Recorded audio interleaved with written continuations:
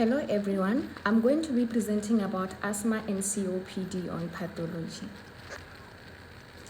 The definition: asthma and COPD are common chronic respiratory disorders that impair airflow and breathing.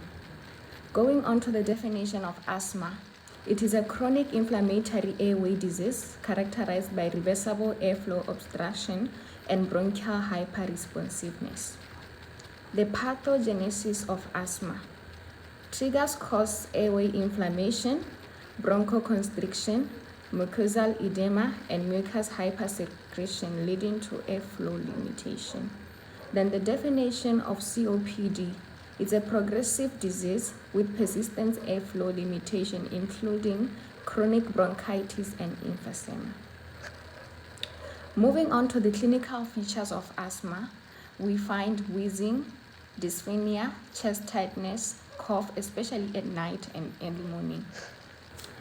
COPD clinical features: we find chronic cough, sputum production, breathlessness, decreased exercise tolerance. Moving on to the comparison of asthma versus COPD. Asthma is usually reversible and COPD is progressive and largely irreversible. The diagnosis: we look for the history, then we do the physical examination, the spirometry, the peak expiratory flow, and imaging when required. For the management of asthma, we can manage it through the bronchodilators and the corticosteroids.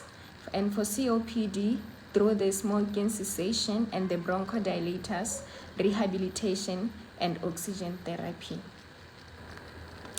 The complications that may arise from asthma and COPD are respiratory failure, recurrent infections, status asthmaticus, and copulmonale.